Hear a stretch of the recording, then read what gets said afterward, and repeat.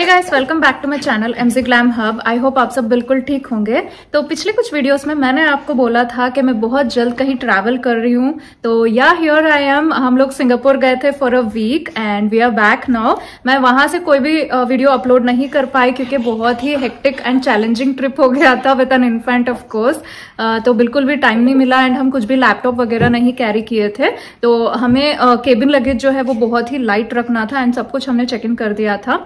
तो मैंने सोचा अब जब हम वापस आ गए हैं तो पूरा मैं एक सीरीज बनाती हूँ विद ऑल द इन्फॉर्मेशन, जैसे फ्लाइट्स रिलेटेड, वीजा का क्या प्रोसेस होता है एंड इमिग्रेशन कैसे होता है एंड हम कहाँ स्टे किए थे, क्या बेटर ऑप्शंस हैं, हमारा सारा एक्सपीरियंस सब कुछ मैं इस सीरीज में शेयर करने वाली हूँ। तो स्टे ट्यून्ड। अगर आपने मेरा चैनल सब्सक्राइब नहीं किया है तो प्लीज डू इट। अगर आपको ये वीडियो अच्छा लगता है तो please give it a thumbs up and share it with your friends and family. So जल्दी से शुरू करते हैं। तो हम जाने से पहले बहुत सारे वीडियोस देख के गए थे, बट फिर भी बहुत सारा इन्फॉर्मेशन था जो हमें किसी भी वीडियो में नहीं मिला। मैं इस सीरीज में वो सब कुछ आपके साथ शेयर करना चाहती हूँ सो दैट आप लोगों को वहां जाके कोई भी प्रॉब्लम ना हो एंड आपको पहले ही ये सब पता हो। सो पॉइंट नंबर 1 है फ्लाइट्स। तो आपको अगर कहीं भी जाना है, कहीं भी ट्रैवल करना है तो सबसे पहले आपको फ्लाइट्स बुक करने हैं सो दैट बाद में वो एक्सपेंसिव होने लगते हैं। तो सबसे पहले हमने फ्लाइट्स बुक किए थे दोनों from Bangalore to Singapore and Singapore to Bangalore. हमारा इंडिगो का फ्लाइट था। इंडिगो ऑफकोर्स बहुत ही अफोर्डेबल प्राइसेस होते हैं। अगर आपके पास बजट है आप सिंगापुर एयरलाइंस ट्राई कर सकते हो। मैंने ऐसे देखा है या सुना है कि वो बहुत ही कंफर्टेबल फ्लाइट होता है, but Indigo is just like your domestic flight. तो सबसे पहले मैं आपको फ्लाइट का एक्सपेंस बता देती हूँ। So बैंगलोर टू सिंगापुर हमारा फ्लाइट चार्जेस था 32K। It was for 2 adults and 1 infant and from Singapore to Bangalore it was 41,000 and this price was inclusive of meals, seat selection as well as insurance। Yes, हमने ये तीनों ही include कर दिया था। So flights हमने book कर दिए थे टू एंड फ्रो।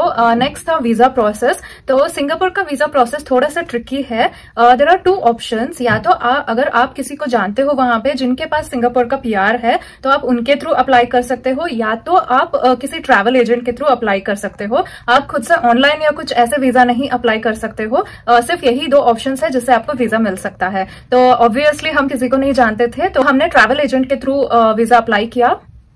अगर आप बैंगलोर में रहते हो एंड मार्थली सरजापुर साइड रहते हो तो मार्थली में HRM ट्रैवल एजेंसी है। मैं उनका नंबर डिस्क्रिप्शन में दे दूंगी in case you would want to contact. हमने बहुत सारे ट्रैवल एजेंसी से पता किया था एंड बहुत सारे फ्रेंड्स से भी पता किया था। तो दूसरे ट्रैवल एजेंसीज में ना आपका पासपोर्ट लेते हैं, the actual hard copy passport वो ले लेते हैं। तो we were kind of not very comfortable. तो ये वाला जो ट्रैवल एजेंसी है they did not ask for our passport, they ask for just 3 documents. So first one है 2 passport size photographs. Now photo का जो साइज है वो आप पता कर सकते हो, वो कुछ स्पेसिफिक होता है, बट अगर आप स्टूडियो जा रहे हो वहां पे उनको पता होता है। इफ यू टेल देम कि ये वीजा के लिए चाहिए दे विल डू इट।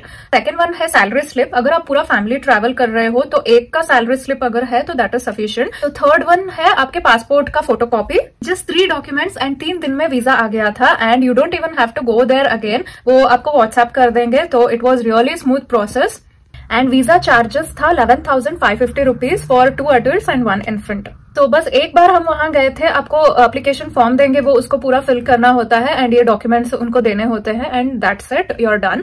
तो या ये था वीजा का प्रोसेस। इस वीडियो को मैं बहुत लेंथी नहीं बनाना चाहती हूँ, नहीं तो आप लोग बोर हो जाएंगे।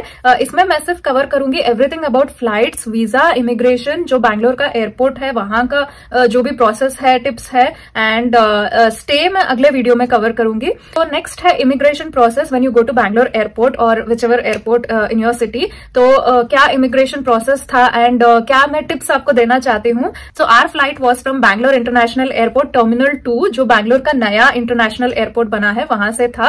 वहां पे मैं पहली बार गई हूँ एंड इट्स सो ब्यूटीफुल। इतना अच्छा बनाया है।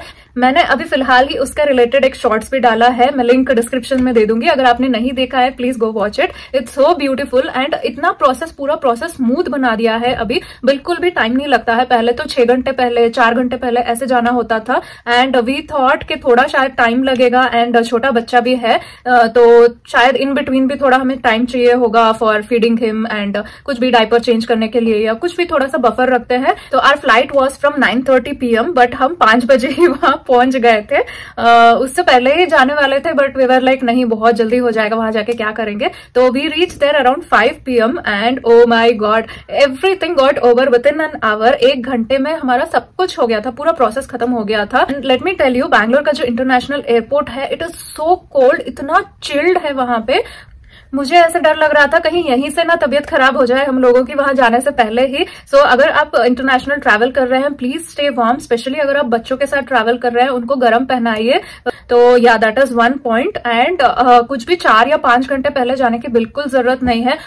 हम तो जब गए कोई भी नहीं था। एंड अगर आपके साथ एक बच्चा है तो आपको प्रायोरिटी भी मिलती है, आपको किसी भी लाइन में खड़े होकर वेट करने की जरूरत नहीं होती। तो सबसे पहले हमारा बोर्डिंग पास एंड लगेज जो है वो चेक इन हो गया था, तो उसमें बिल्कुल टाइम नहीं लगा। एंड उसके बाद हम गए इमिग्रेशन के लिए, तो उसमें भी सिर्फ 5 ही मिनट लगे, कुछ भी नहीं था उसमें, वो भी खत्म हो गया। एंड या फिर सिक्योरिटी चेक था, वो भी बहुत ही सिंपल था, बहुत इजीली पूरा हो गया।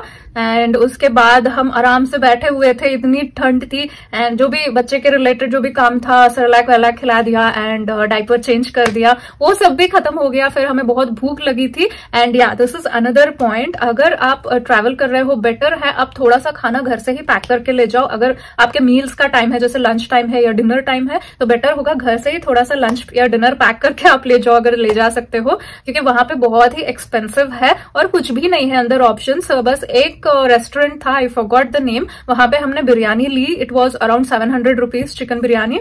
तो बस वो खाए and then we were waiting for the flight. And या फ्लाइट जो है वो डिले हो गई 1 आवर।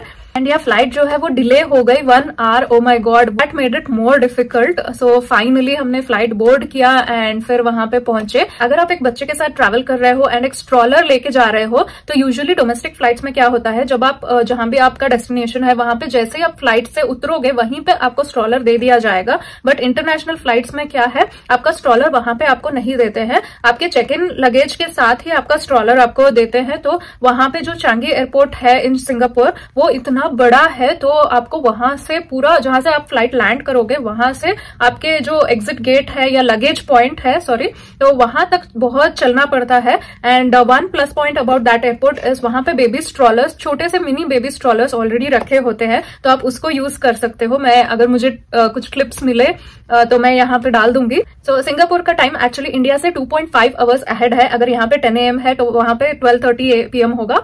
सो या I think this is pretty much all about flights and the entire process, immigration process and all that. And plus visa भी मैंने share कर दिया है। तो ओके, ये वाला वीडियो मैं यहीं पे स्टॉप करती हूँ, नहीं तो बोरिंग हो जाएगा। तो प्लीज स्टे ट्यून्ड, बहुत जल्द मैं दूसरा वीडियो भी अपलोड करूंगी। And Singapore is a beautiful place of course, अगर आप बच्चों के साथ ट्रैवल कर रहे हो तो उन्हें बहुत अच्छा लगेगा। सो या guys, that's it for today, बहुत जल्द फिर मिलेंगे, बाय।